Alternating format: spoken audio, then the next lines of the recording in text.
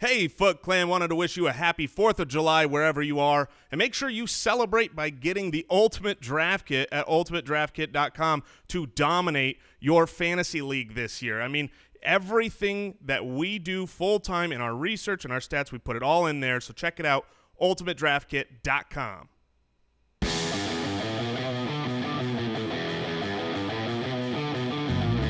Welcome to the Fantasy Footballers Podcast, coming to you from the Playdraft Studios with your hosts, Andy Holloway, Jason Moore, and Mike Wright. Welcome in.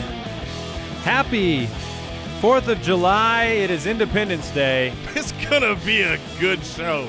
So many reasons why it's going to be a good show. Now, you might be listening to this on your commute. You don't even realize when it's going to be such a good show. On July 5th. But we are thankful you're here and tuning into the Fantasy Footballers. Andy Holloway is here. That is me. Jason Moore. I'm here. That's me. And then Mike. Well, Mike isn't here, so Jay Grizz is back yet again. Seems like he was just here the other day. Yeah, rumors in the bushes are that Jay Grizz is going to be with us this week, so make sure you follow him at JGrizzFFL. That is true. Mike is He gone. doesn't contribute a lot. He chooses his words carefully. That's true. But they're always accurate. And he always favors Chicago. We have an absolutely great episode of the show today.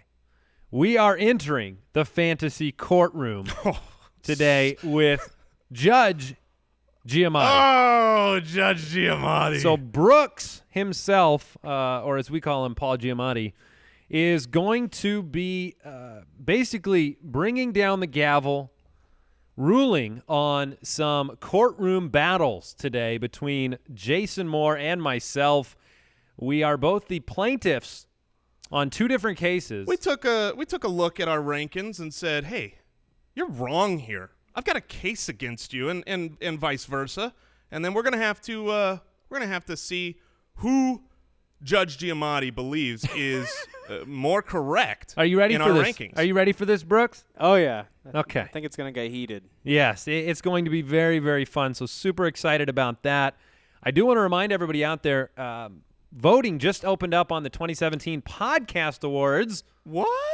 Yeah, so if you are a fan of the show and want to do us a favor, you only got to do it once this year. Last year, you could nominate every day. That is so nice because last year it just got annoying, and we felt bad, but we didn't stop asking. Goodness gracious, the Foot Clan came through. I mean, we call that Foot Clan a cymbal horn, and they came day after day after day. We thank you for your votes last year. If you want to vote this year, footclanvote.com. Yeah, we make it easy. Go to footclanvote.com. And what you do there is you just register to nominate, and you can nominate us for the best sports and recreation podcast and for the People's Choice Award. Once you nominate, you do it one time. They send you an email, and you have to click that link in your email to validate your vote, and then you're done. And you've done your part to help out the Fantasy Footballers podcast, and we sincerely appreciate that. And I'll tell you exactly how we appreciate that. FootClanGiveaway.com. We are giving away a signed T.Y. Hilton jersey, a signed Tyreek Hill jersey. Very nice. A signed Tevin Coleman jersey. Oh, get out of here. And get this, your very own, one-of-a-kind, well, not quite, your very own Jay Grizz. We will ship you a Jay Grizz directly to your house. Jay Grizz in your home. How do you feel about that, Mr. Grizz? Very excited. He wants to be there. So, and we are 3 shows a week now, so we will be here today. It's Tuesday, Thursday, and Saturday will be a 3rd show of the week. So congrats to all of you fantasy fanatics out there. We're going to be here all week long. All right, quick question of the day. I really like this one, and Brooks put this in here, so credit to Mr. Giamatti. Who's a player that you wish could break free and claim independence from their current team? Nice tie in there. I didn't even catch that when I read it the first time. Oh, this is such a good Independence Day question. For instance, Brooks had an example. He said as a Laquan Treadwell dynasty owner, he wishes that he was on a different offense, right? You have a lot of wide receivers there, and Michael Floyd's still staying around, Thielen and Diggs, and so maybe Treadwell's upside is capped. So who's a player you'd like to see break free for me, to cry freedom. The guy that like I Mel wish Gibson. the guy that I wish was freed and given the ability to play in the NFL is Derrick Henry, because he's a guy I really like. I watched the film and I think this is a good NFL running back, just like he was in college. I feel like it's the equivalent as if if Leonard Fournette came out this year and was drafted by the Buffalo Bills, and it would be like, oh, wait, so he's behind Shady? It's just like, okay, well, when is he going to get his chance? That's what's happening with DeMarco Murray. I want to see him go to the Colts or go to the Green, the Packers. Sure. There we go.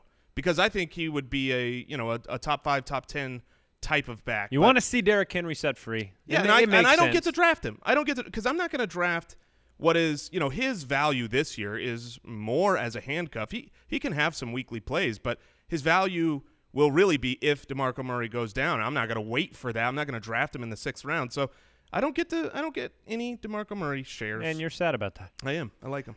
I'm going to go ahead, Brooks. You said DeMarco Murray. You meant Derrick Henry just now? Yes, yeah. He doesn't get any shares of Derrick Henry. Yeah.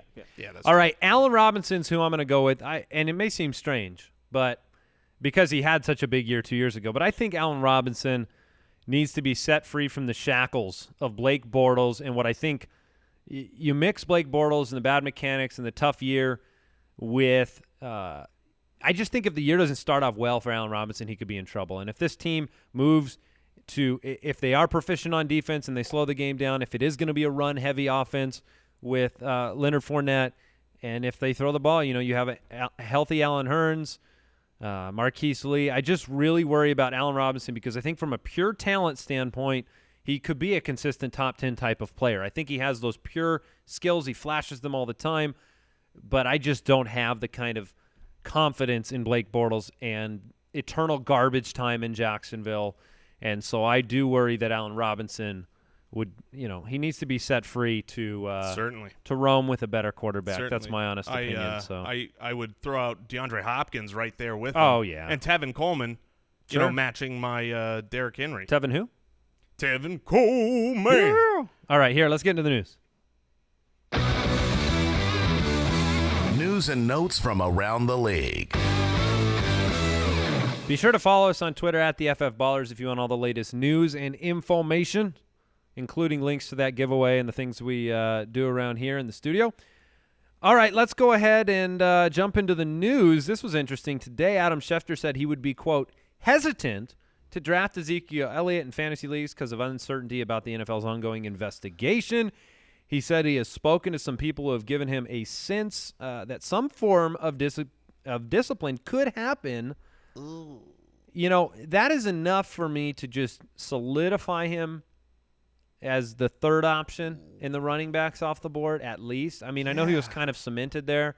I was listening to some more countdowns, and it seems like David Johnson has just taken a stranglehold of that top position where I didn't feel like a month and a half ago he had that firm grasp on it. Now it seems like people are trending that way. But, you were grimacing. Oh, man. Legal trouble is no fun. No, and here's the thing that I don't like about this, because, Schefter is, not one to usually just start, blind rumors. But here's the thing. The thing that I really don't like is the fact that this has been a whisper that will not go away. And over time, it keeps coming back. So, you heard about it 2 or 3 months ago that maybe there would be an issue there, and obviously his behavior, at the Mardi Gras area showed, maybe some judgment issues in the moment. And then, 2 months ago when you thought it was over and you hadn't heard anything, it was like, uh-oh, they're still looking into this. And now for this to be coming out still is like there has to be a little bit of truth behind the scenes. That's not saying he will get suspended. But it's not coming back for no reason. And if I'm on the clock at the pick 3, I'm probably taking Antonio Brown if I have to draft today. Okay. Because of, that's a risk of losing, a chunk of the season. All right. The Eagles have waived Dorial Green Beckham. So, sorry. Are you still going to talk about how good he was in high school? Is it? No, I am not. I don't think I really ever have. All right, the Eagles can avoid paying Ryan Mathews an injury settlement of $1.15 million by waiting until he's medically cleared to release him. And so is this why he's still on the Eagles roster? Yeah, I mean, that makes complete sense. What was really weird was the other day when Darren Sproles was asked about, the running back core. He's like, yeah, I think LeGarrette Blount and Ryan Mathews are going to be splitting the early down work. And it's like, wait, Ryan Mathews is probably not going to be on the team. This report makes a lot more sense to me. I don't expect him to be there day one. All right, the tight end situation in Baltimore is continuously changing, it seems. Darren Walker suspended for a year, violating substance abuse policy. Maxx Williams could be a candidate to start the year on the PUP, which maybe makes Ben Watson owners excited. However, I've heard rumors about Gary Barnidge maybe arriving in Baltimore. We know he, being Joe Flacco, enjoys targeting the tight end position. If Gary Barnidge was to land there, is this a hands-off because of Ben Watson, or how do you view the tight end situation there? Possible streamer mid-season? What is your I think Gary Barnidge could actually make some noise if he went to Baltimore, because we've seen him. He has the ability as a receiver to do what Joe Flacco uses offensively, and right now Ben Watson is not healthy. And so if they're going out, I realize they've got the problems with Maxx Williams and Darren Waller, but if they go out and sign Gary Barnidge, I think it might be an indication that they're a little worried that Ben Watson might not be back to full strength. And if that's the case, to be true, I would hands off, but I would be ready to pick up Gary Barnidge in a second if he came out week one and showed that he was the starter. Is he worth a cursory ad in dynasty leagues as a free agent? Possibly. I've been doing some best ball drafts on Play Draft. Shout out to our new studio sponsor, Play Draft. Yeah, I wanted to mention that. And at the 18th pick, 18th round, everything's combed over. There's garbage out there. I've been itching to just pull the Gary Barnidge trigger. Yeah. And see what happens, because he if he doesn't go here, he could land anywhere. You know who likes a good comb over? Paul Giamatti. Oh, what a professional transition. We do want to thank Play Draft for sponsoring the studio. These guys are great. We visited them out in New York at FSTA. Been friends with the owner there for a long time. If you have not played on Play Draft, you are missing you're taking fun out of your life for no good reason. Not only fun. It's just but a you blast. get better at fantasy football because you get to. It's basically like doing a legit mock draft because it's paid. And they reached out. They developed the best ball product. So if you're familiar with the MFL 10 type of format, there is a best ball format over at Play Draft. We absolutely love it, and we gave feedback on this thing, and they just released it. You go to playdraft.com/ballers to check it out.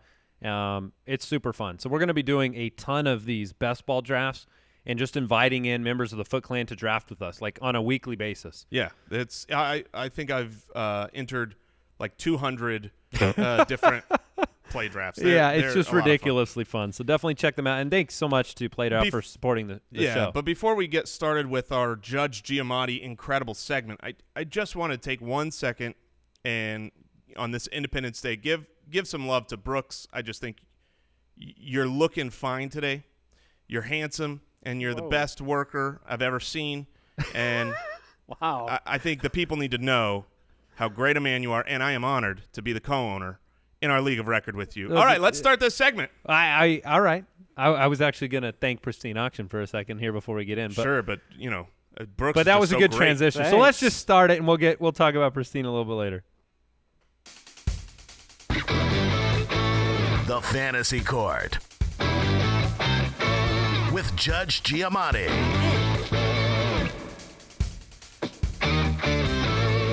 Plaintiff Andy Holloway is charging Jason Moore with concealing evidence in his love for Rob Kelly. Oh, it's true, Your Honor. Your Honor, I contend that the defendant, Jason Moore, is once again concealing evidence, and in this case, it's about Rob Kelly and his prospects for the 2017 fantasy football season. Not that I'm surprised, Your Honor, because I've seen this type of thing in court before, and we call them one-season wonders. and they are occasionally overdrafted due to the concealing of key evidence, as Jason is prone to do.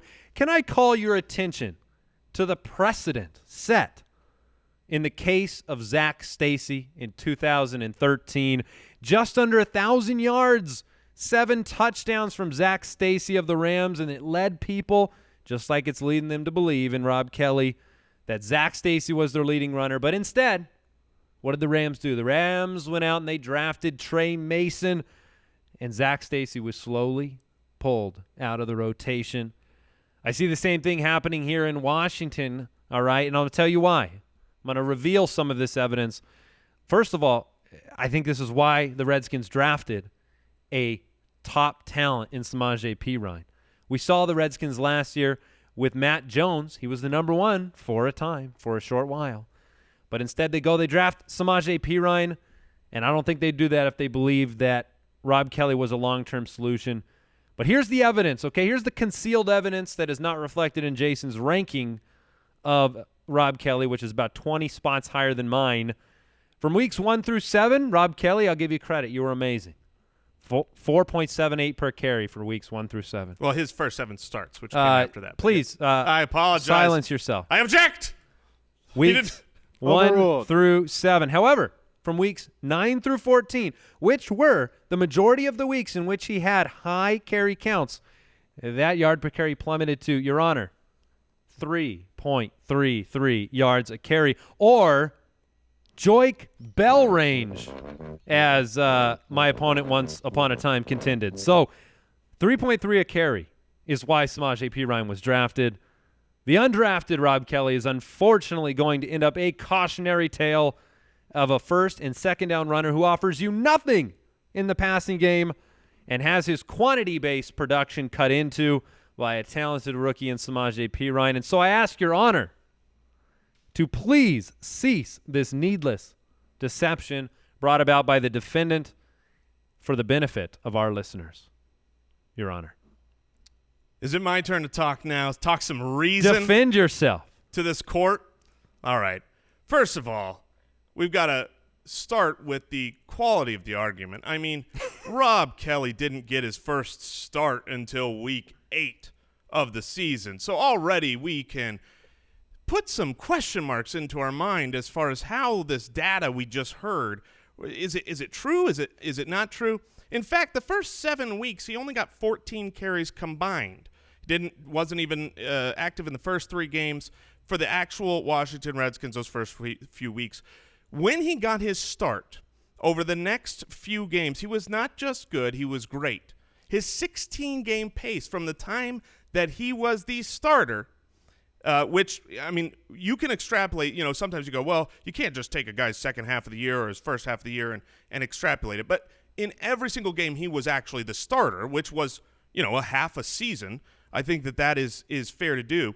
Over that time, he would have had 1,068 rushing yards and 11 touchdowns with a nose for the end zone and would have finished as the RB13 through that time period. Now, that's ahead during that same time period of running backs Jay Ajayi, Frank Gore, Todd Gurley, Isaiah Crowell, Carlos Hyde, Lamar Miller, Ty Montgomery, Spencer Ware, and many others that maybe you haven't even heard of. Much has been made of his yards per carry over the second half of the season, as Andy said. And really, when they talk about that, it's the second half of his season. So the last quarter of the season, the second half of when he was playing. And I get that. When you look at it as a whole, it sounds really bad.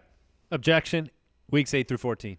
Here's what happened during those weeks.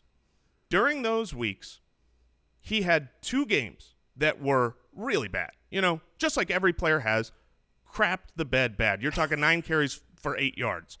Well, yeah, that's, you know, first, that was against a great defense. The 2 best defenses they played during that time were his 2, you know, bad games, and they came in that stretch. So I'm not going to go ahead and say, well, that just means he was breaking down and bad over that time. So I think his yards per carry were just fine. But a lot has been made about Samaje Perine, as you said. Well, Samaje Perine is a back that they passed on for the first 3 rounds. They could have drafted him in 3rd. They said no. He was the 9th running back taken. This is not a high draft capital they had to take. In fact, he only went 5 picks ahead of Tariq Cohen, who no one is worried about encroaching in on Jordan Howard. So I don't think Samaje – in the end, I think Rob Kelly's a good back. He's proven he can get it done. It doesn't make sense to replace him the way that they replaced Matt Jones. That one made sense. Everyone knew he was a bad back. Analysts, fans, everyone knew he's super inefficient and not good. I believe Rob Kelly keeps the job, and he is my bud, FR4L, Fat Rob for life. All right. What's the verdict over there? Judge Giamatti rules in favor of the defendant. Yeah. Yes!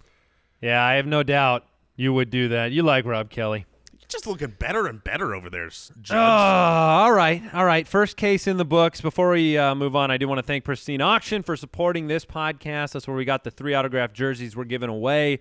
They're the absolute king of the autographed memorabilia, not just for football, but for every sport, for music, for all sorts of different things. You can find an autographed Mike Tyson gloves over there. I remember seeing those on there. Our Stefan Diggs jersey on the back of our wall right here comes from Pristine Auction. They are just the absolute best. Everything's authentic, really good company, and so we want to recommend them to you. Check them out, pristineauction.com, Pristine auction.com.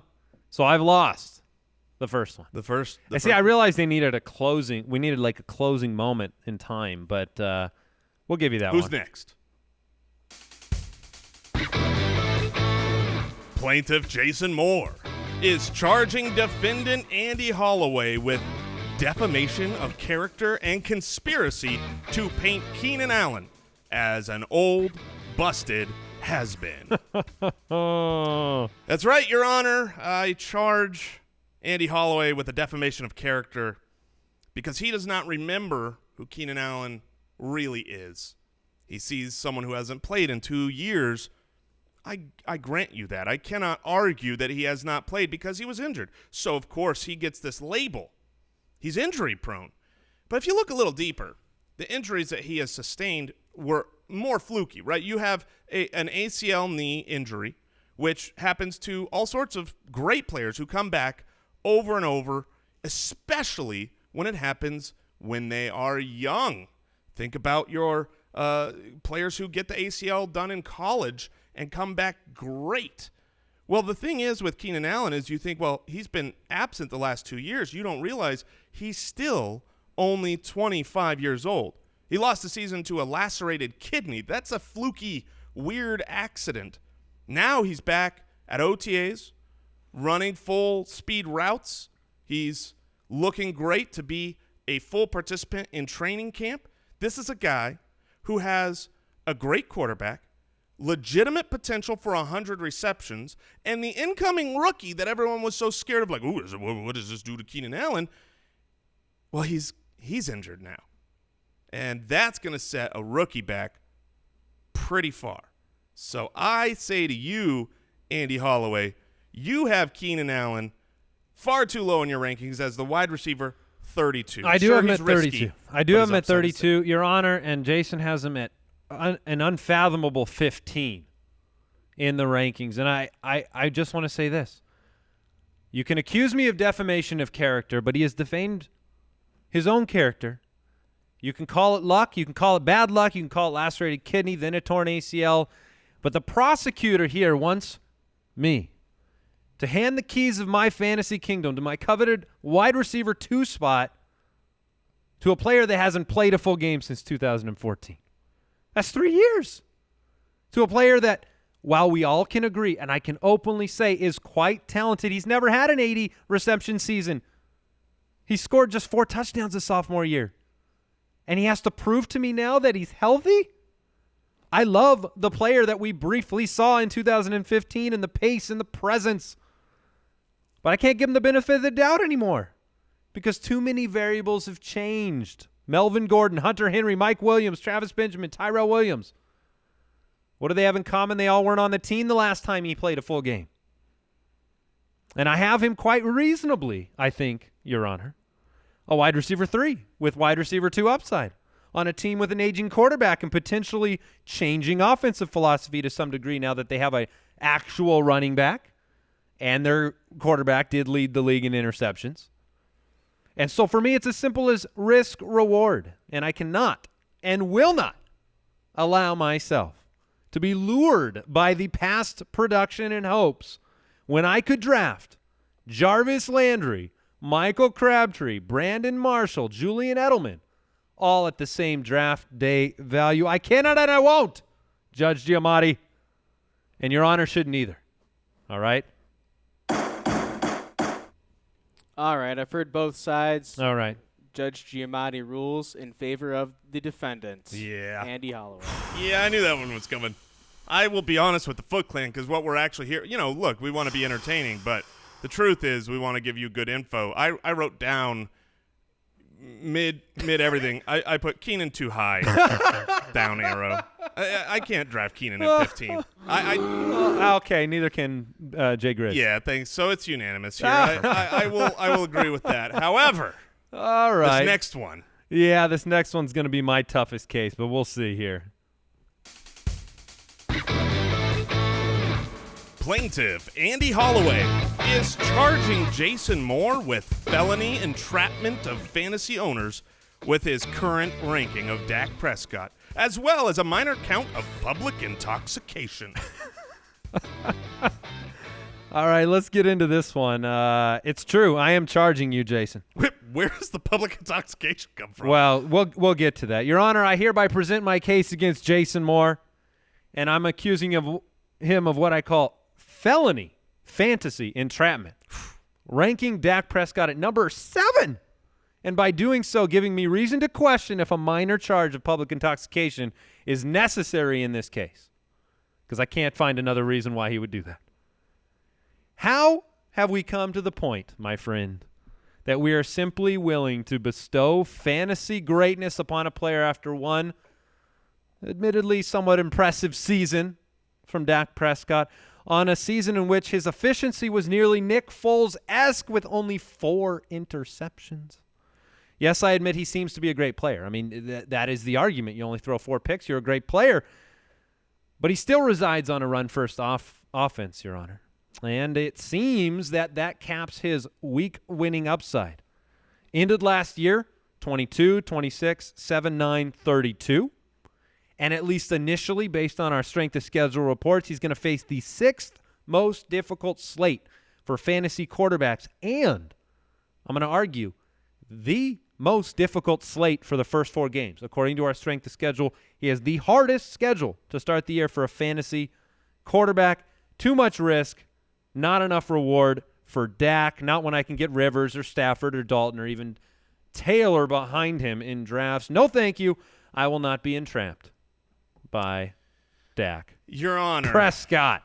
Your Honor. Clearly, the prosecution here is trying to blind you and change the argument here that maybe he's not the guy to draft at his average draft position. I will cede that argument and recognize that is not what we are here for. Because would I draft him at the 7th spot, the 7th quarterback off the board? I'd be happy to do that if other quarterbacks were falling. But in essence, at the end of the year, I believe Dak Prescott will be the 7th best quarterback, and here's why. Dak Prescott just recorded the 3rd best rookie quarterback season of the past decade, trailing just behind Cam Newton. Here's the 3 guys that he was just ahead of, did better than in their rookie year. Andrew Luck, Jameis Winston, and Russell Wilson. Now, had you drafted either of those guys, any of those, in their sophomore year, you would have been very happy. They all 3 topped 300 fantasy points and scored at least 95% what they did the year prior, if not more. So you've got a history here of when a rookie quarterback comes out and is great. They are great. They will continue to be great. But I look deeper and look at the team themselves and say, well, maybe things have changed for him. Maybe he doesn't have a great wide receiver. Oh, wait. No, actually, that's gotten better because unlike an unhealthy Des Bryant early last year, he has not only, as Mike would say, his number 1 wide receiver in Cole Beasley, but a great wide receiver in Dak Prescott. Their offensive line is still great. Even if it's not as good as last year, it's better than almost every offensive line in the league.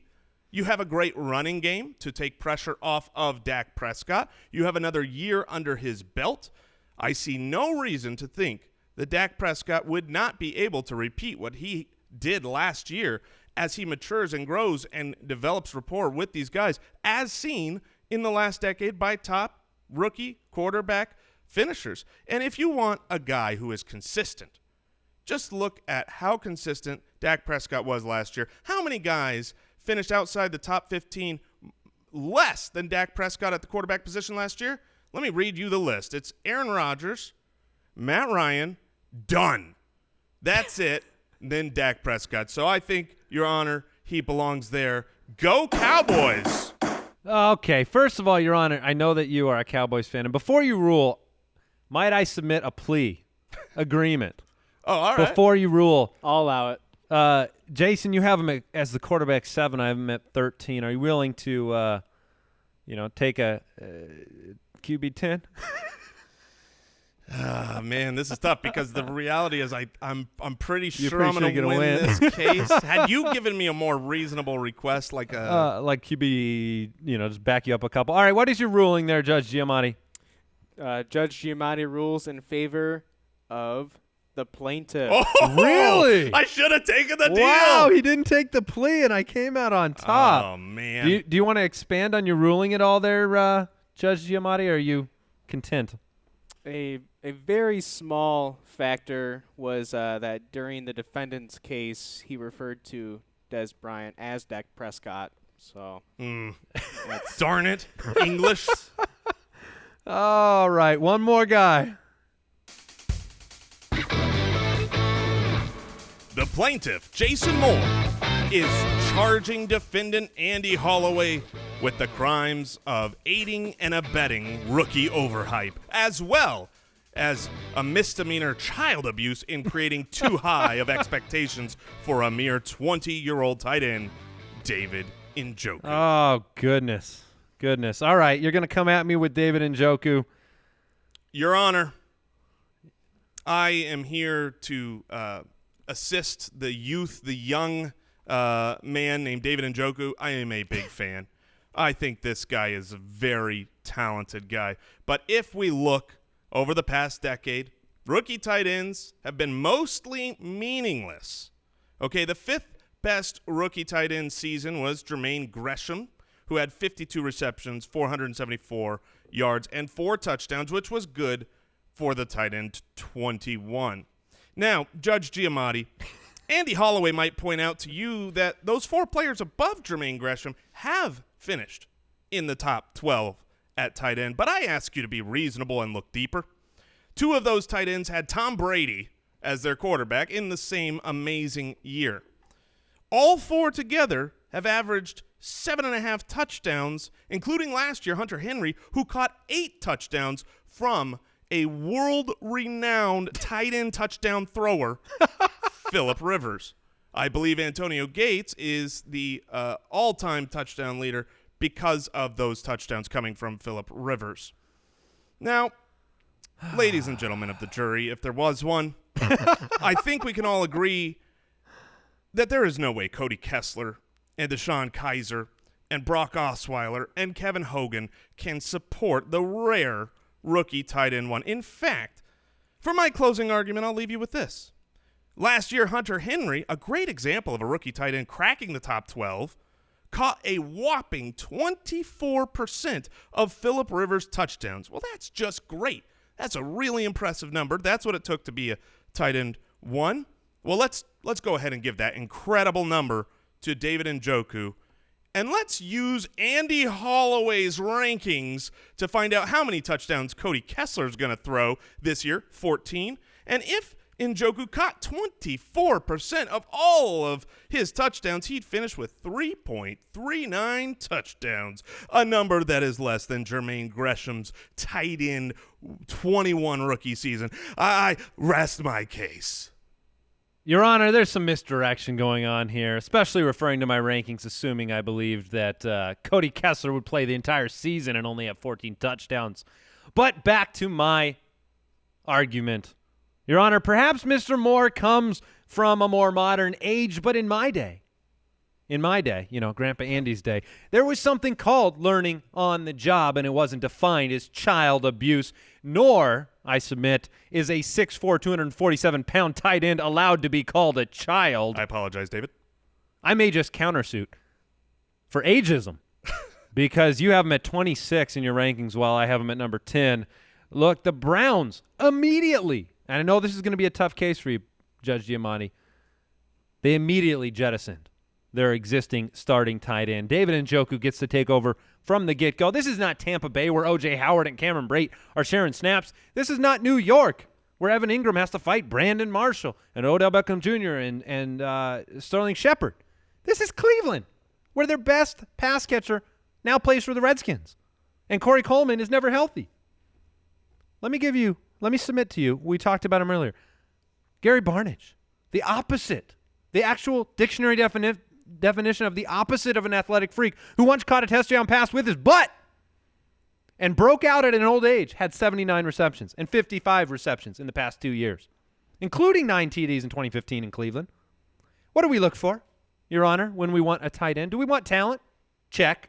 Do we want opportunity? Check. Let me just close with this.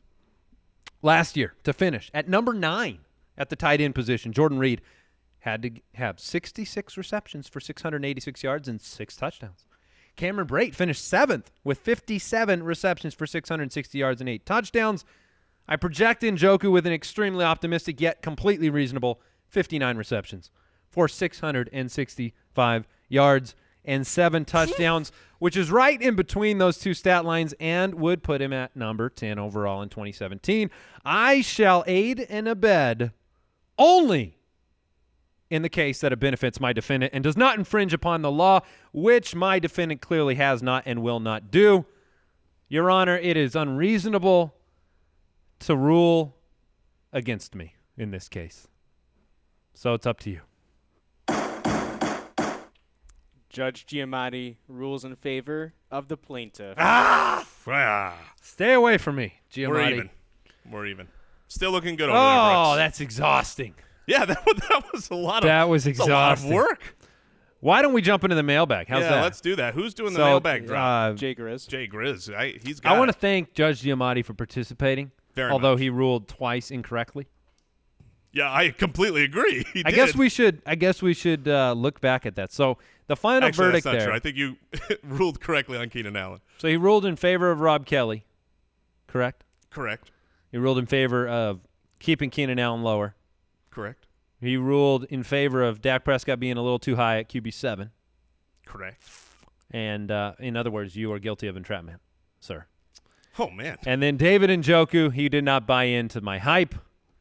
And I understand that. He's shaking his head. So, all right, let's go ahead and get into the mailbag, and let's leave this one up to Jay Grizz. Mailbag. Oh, that was good. Good job, Jay Grizz. It's nice to have a fill-in, isn't it? Yeah. That isn't us. All right, if you have a question for the Fantasy Footballers podcast, you want to submit it to the show, go to the website, thefantasyfootballers.com. Mouse over the More button, click Submit a Question, and send it into the show. Or, if you are so inclined, dial our voicemail hotline, 302-464-TFFB. Say that again? 302-464-TFFB. We're actually going to start with a voicemail question. Hey, footballers. I was wondering your thoughts on drafting multiple players from the same team. I've done some mocks and ended up with both Jordy and Devontae or Cooper and Marshawn Lynch, which I don't really like. On the other hand, when I draft both Keenan Allen and Tyrell Williams, I kind of like that because it's almost like a handcuff. So, yeah, let me know your thoughts, and love the show. Shout out to Jay Grizz. Shout out to Jay Grizz. I have thoughts on this. I mean, both of the examples you gave me, I'm okay with. I like those offenses. I like the fact that, you know, in the Jordy and Devontae Adams case, you have the best quarterback in football throwing to both of those players, and it's more than sustainable to me. In terms of Cooper and Lynch, you have a really good offense, and you're splitting positions. So I don't mind that either. In terms of the Keenan Tyrell situation, I don't mind that either because Tyrell Williams, his average draft position is ridiculously low. So you actually can protect yourself in that regard. But I think what is your general thought on those situations? This question just comes down to roster makeup and what type of a team you want to have. If you want to have a higher-powered team, then you don't want to draft multiple people from the same team. Because think about, even in the case of Jordy and Devontae, great players, they definitely could sustain. But for a fact that they both can't catch a touchdown on the same play.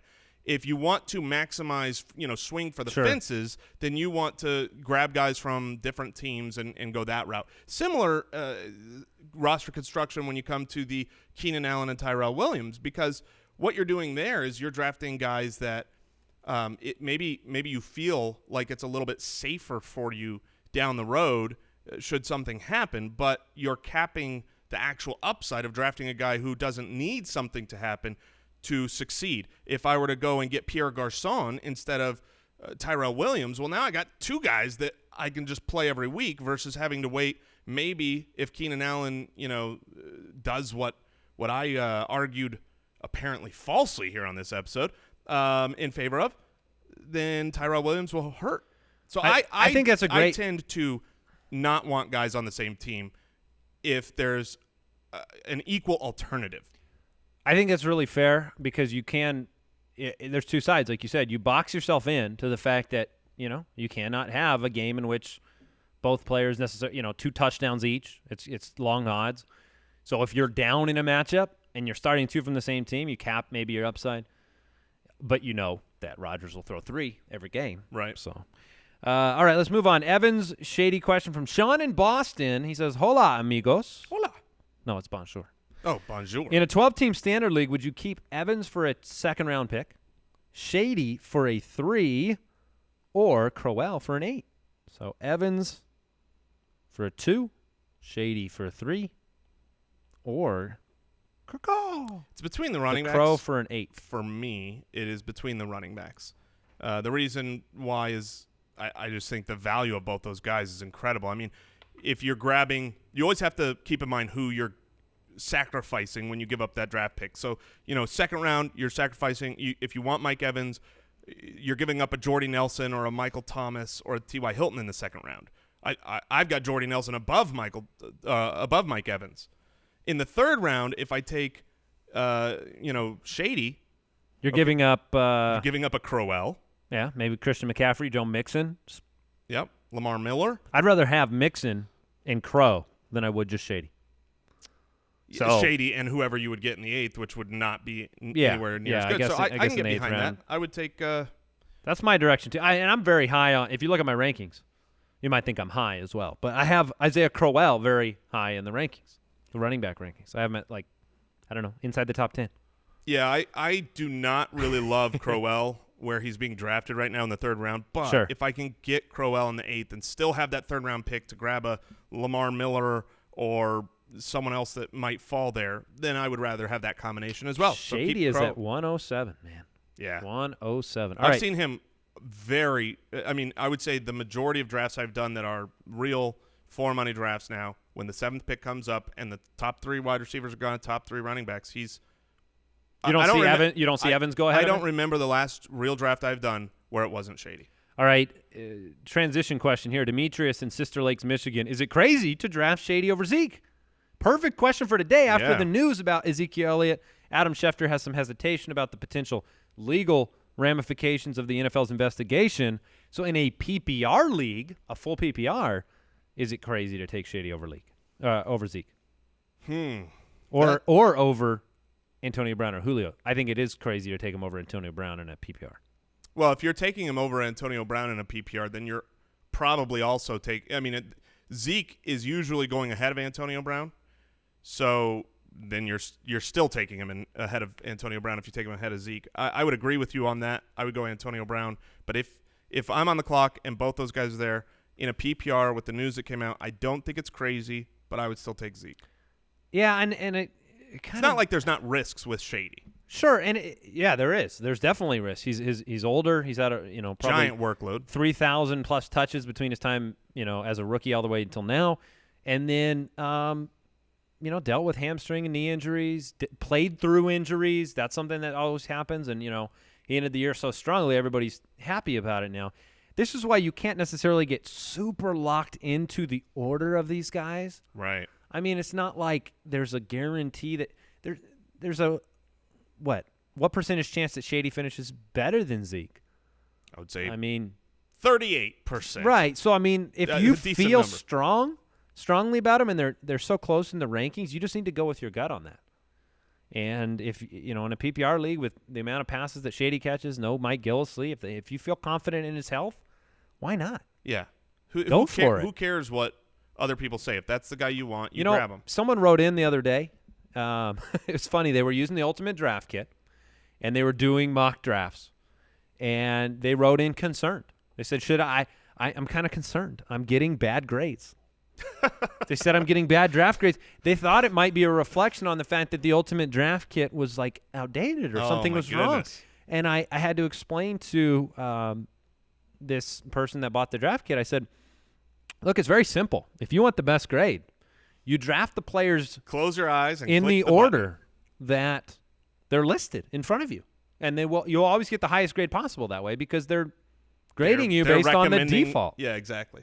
I usually when I do a mock draft on any software that gives me a grade, I'm usually like a C. Sure, right about in the middle. I'm pretty confident in my fantasy football ability to be better than a C average. That wasn't the case when you were in school, but in your fantasy-wise, no doubt. So, all right, that is it for today's show. Thanks for tuning in. Hope you had a wonderful holiday.